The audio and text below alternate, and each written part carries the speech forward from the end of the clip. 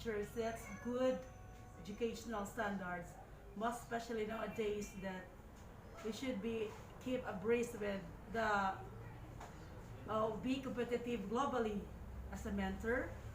So through this vision, ideal teacher really needs to motivate their students to work hard in class or beyond classes. In addition, an ideal teacher will always encourage students and inspire their students to do the right things in life. He or she should make students feel comfortable and confident in all of his subjects.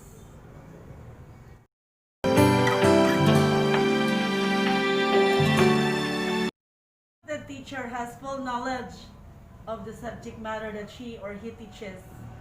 In the new era of teaching, it is a vice versa manner, or it is a symbiotic, yes, manner, whereby a teacher and a student collaboratively or has the collaboration of the topic that she or he discusses. That means that teacher and students are learning. It's not only the student that is learning, but also the teacher learns a lot from students. A competent teacher must be familiar with the curriculum content. She possesses the zest and enthusiasm to explore or to develop new teaching strategies.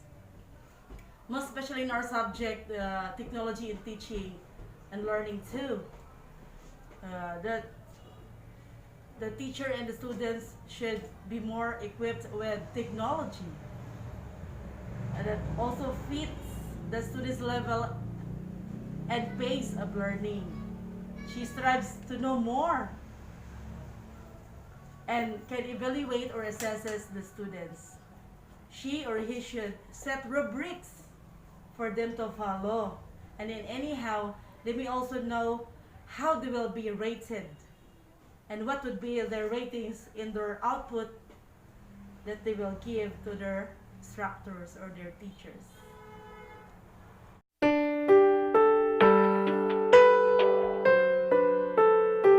Yes, contentment is a tough thing to learn, but our God is able to teach us. Even Paul spoke of having to learn to be content. It was a struggle for him. So may I quote Philippians 4, verses 11 to 13. Not that I speak from want, for I have learned to be content in whatever circumstances I am. I know how to get along with humble means, and I also know how to live in prosperity in any and every circumstances. I have learned the secret of being filled and going hungry, both of having abundances and suffering need. I can do all things through Him who strengthens me. So in my own perspective about the matter of contentment, I'm really filled with contentment being a mentor in each pupil or student that I have encountered every day. I really believe that being a teacher is the noblest profession that I can be proud of. Teaching is both an art and science. So it is conceptual, intellectual, abstract and concrete, creative and sequential. It is about people, but framed through ideas. It's about content, hearts, minds, the past and the future. Whatever we can imagine. Teaching and learning are both causes and effects. So if given a chance to change my profession, I would still be a teacher with all my heart and soul.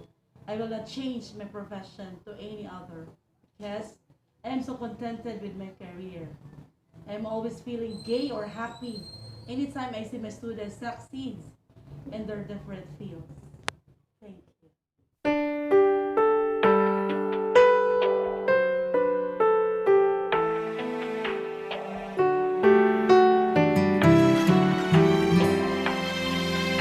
Teacher for me is a person who ignites the dreams, the mind of a student.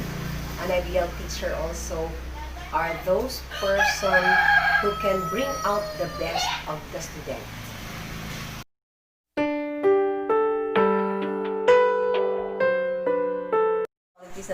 consider to a teacher and to become an ideal teacher, especially when it comes to teaching. We need to have this, shall we say, patience, the love for children, because children are having different attitudes and behavior that the teacher should consider, and that the teacher has to mold the future of the student.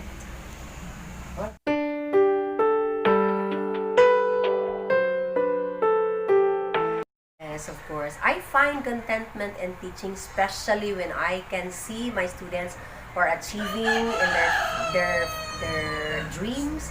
Especially after teaching the lesson, I can see that my students are learning from me.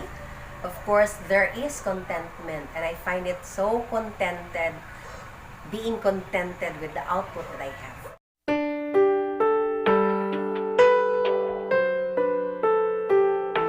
Yes, I'm going to choose still to become a teacher, because I have imparted or being part of the God's mission, being a teacher who can where we can give or share or impart knowledge to the students, especially the goodwill, the goodness that God wanted us to share to other people.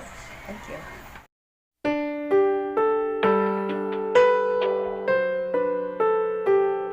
I am Vince Darrell's Ragrag, and almost 8 years in service in this teaching career. Number one, what is an ideal teacher? So for me, an ideal teacher, the one who put his or her life in teaching, which means that you have to do sacrifices in order to achieve success on this field, and of course you have to dedicate yourself as well.